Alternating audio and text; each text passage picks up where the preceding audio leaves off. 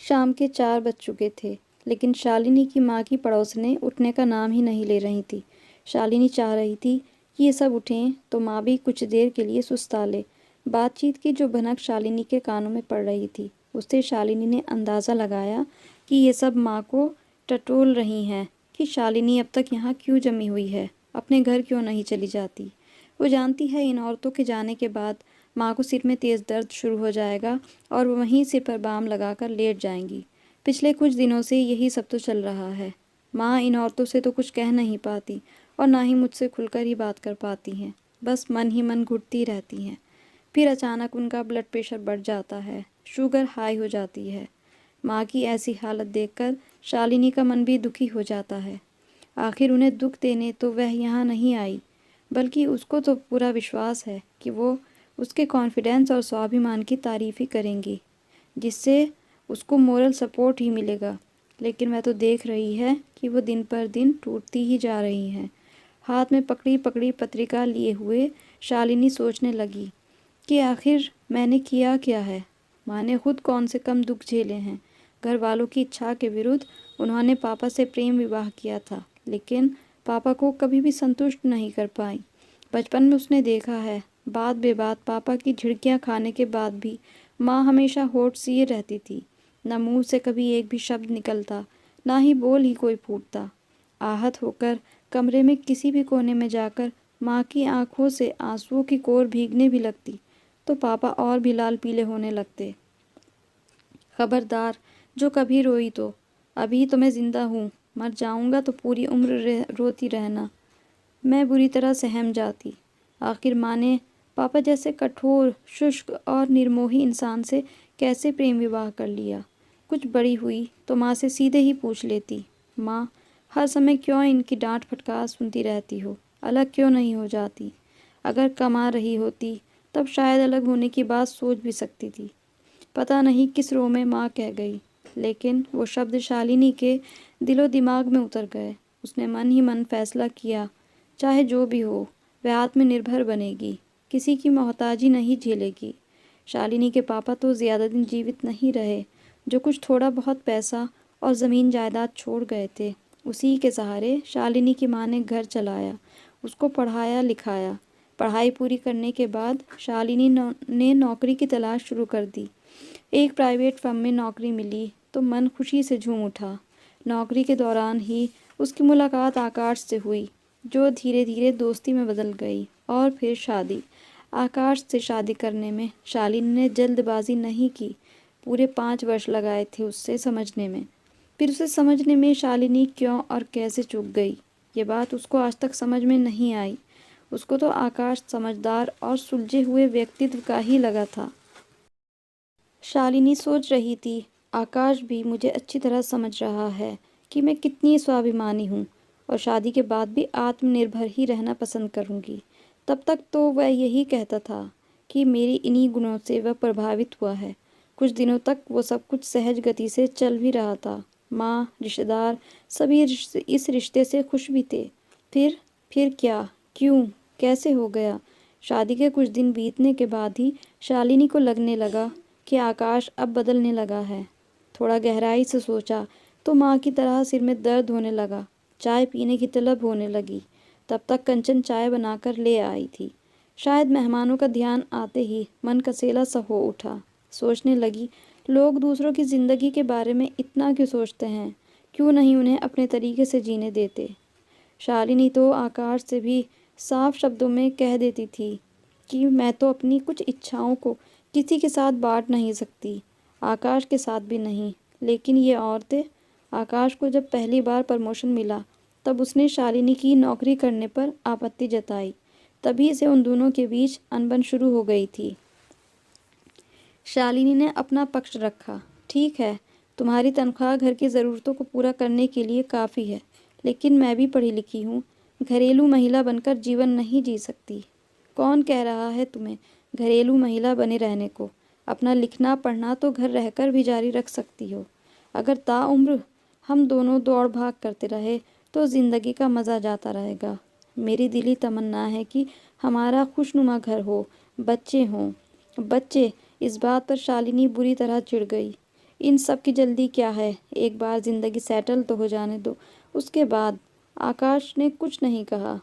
उसका ज़्यादा समय घर के बाहर ही बीतने लगा। शालिनी से बात करता तो मतलब की बात करता और फिर चुप हो जाता। शालिनी को ऐसा लगा जैसे आकाश मुझसे कटने लगा है। रोज़ रोज़ के झगड़ों का कोई हल निकलता दिख भी नहीं रहा था। हर दिन बहस होती। उस दिन शालिनी का बर्थडे था। घर का माहौल खुशनुमा बनाने के लिए या शायद शालिनी को खुश करने के लिए आकाश एक भारी सा सूट ले आया। शालिनी देखते ही चिढ़ गई।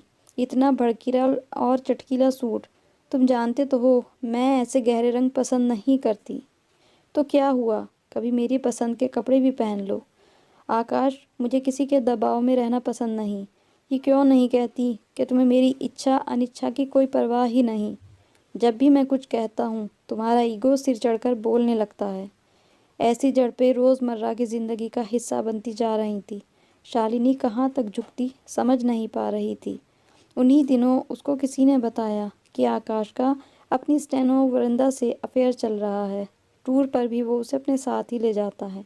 तभी इतने टूर बढ़ गए हैं। शक का कीड़ा शालिनी के अंदर कुलबुलाने लगा। उसके हाव भाव बोल चाल में बदनीयती की बू आने लगी थी। आकाश के घर पहुंचते ही शालिनी उस पर बरस पड़ी। अगर इतनी ही अच्छी लगती है तुम्हें अपनी स्टेनो तो शादी क्यों नहीं कर लेते उससे। टूर पर जाने का बहाना क्यों करते हो। करूँगा, ज़रूर करूँगा। जब तुम्हें मेरी कोई चिंता नहीं तो मैं भी कुछ सोचूंगा ही। सिर्फ सोचने से ही कुछ नहीं होता मिस्टर आकाश, स्वीकार करने का हौसला भी रखना पड़ता है। तभी आकाश का ट्रांसफ़र कलकत्ता हो गया। पता चला वृंदा भी उसके साथ जा रही है। आखिर वहाँ भी तो मुझे अपना घर व्यवस्थित करना है। आकाश के शब्द उस दिन तीर की तरह चुभ गए थे उसे। दूरियां अपने चरम पर पहुंच चुकी थी। शालिनी को ऐसा लगा जैसे वो अभी भी उससे कह रहा हो, तुम नहीं तो कोई और सही। उसी दिन शालिनी छुट्टी लेकर अपनी माँ के पास चली आई। हालांकि उसकी माँ ने कई बार उसको समझाने की कोशिश की, लेकिन शालिनी का मन तो अपनी ही जगह पर अड़ा था। उसने माँ से साफ कह दिया, मुझे आकाश के साथ नहीं रहना। फिर शालिनी ने एक वकील से मिलकर आकाश के पास नोटिस भिजवा दिया। माँ का मन उसी दिन से बेचैन रहने लगा। वो हर दिन कभी प्यार से, कभी फटकार से और कभी मनुहार से अपना राग अलापती। लड़कियों को एडजस्ट करना ही पड़ता है। थोड़ा सा झुक जाती तो कम से कम तलाक की नौबत तो ना आती। आखिर उस स्टेनो ने भी उसको पटा ही लिया ना। और शालिनी उन्हें चुप कराने की कोशिश करती रहती, लेकिन माँ को समझाने का हर प्रयास विफल हो जाता। एक के बाद एक मेहमान माँ से विदा लेकर अपने घर लौट गए। सिर्फ शालिनी ही थी जो घर पर माँ के साथ बैठी थी। एक दिन अचानक आकाश का फ़ोन आया। उसने अधीर होकर कहा, गीता प्लीज़ फ़ोन मत काटना, मुझे तुमसे एक ज़रूरी बात कहनी है। मिलना चाहता हूँ, कहो कब आ जाऊँ। तुम सुन रही हो ना। शालिनी ने फ़ोन काट दिया। ऐसा लगा जैसे किसी ने शांत सरोवर में पत्थर फेंक दिया हो। शालिनी ज़ोर ज़ोर से चीखने लगी, आखिर आकाश चाहता क्या है, क्यों नहीं मुझे चैन से जीने देता। मैंने तो बिना कहे सुने ही उसे पूरी तरह आज़ाद कर दिया। प्यार करता है वो तुझसे गीता, इसीलिए माफ़ी मांग रहा है। अगर सच में उस स्टेनो से प्यार करता होता तो तेरे तलाक की अर्ज़ी पर अपनी स्वीकृति की मोहर ज़रूर लगाकर भेजता। शालिनी की माँ उसे समझाते हुए बोली, तो फिर उसे 2 महीनों के बाद मेरी क्यों याद आई। अगर सच में वो मुझसे प्यार करता था तो उसी समय क्यों नहीं रोका। शालिनी अपनी माँ के कंधे पर सिर रखकर सिसक उठी, क्योंकि उस समय तुम इतने आवेश में थी कि मैं तुम्हें ठीक तरह से समझा ही नहीं पाया और तुम तलाक लेने पर उतारू हो गई। लेकिन इतना ज़रूर कहूँगा कि एक बार अपने फ़ैसले पर फिर से विचार ज़रूर कर लो। अपने मन को टटोल कर देखो। क्या मेरा फ़ोन सुनकर तुम विचलित नहीं हुई?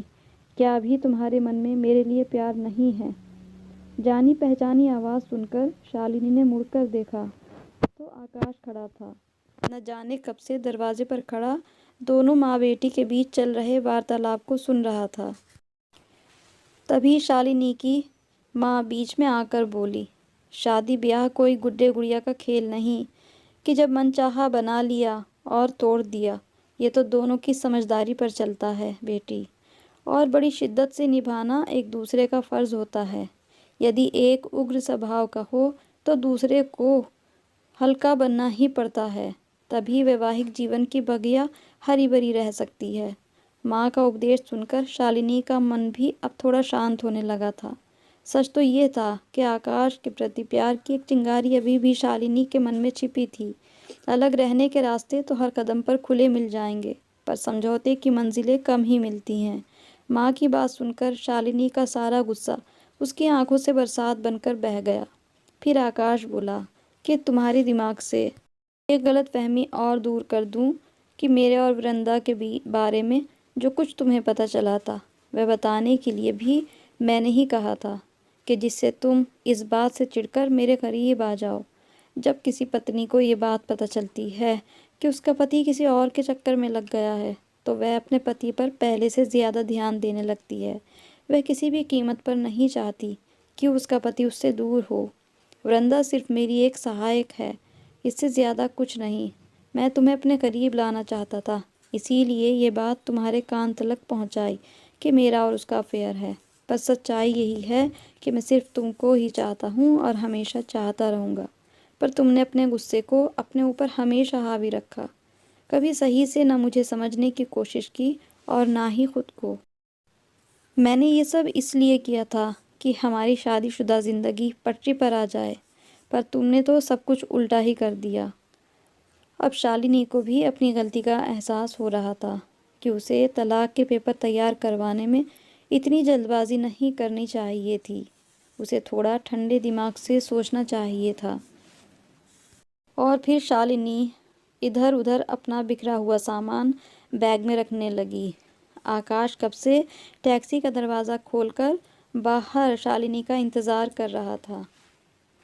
तो ये थी हमारी आज की कहानी। कहानी अच्छी लगी हो तो इसे लाइक ज़रूर कर दें, शेयर ज़रूर करें और हमारे चैनल को सब्सक्राइब करना ना भूलें। Thanks for watching.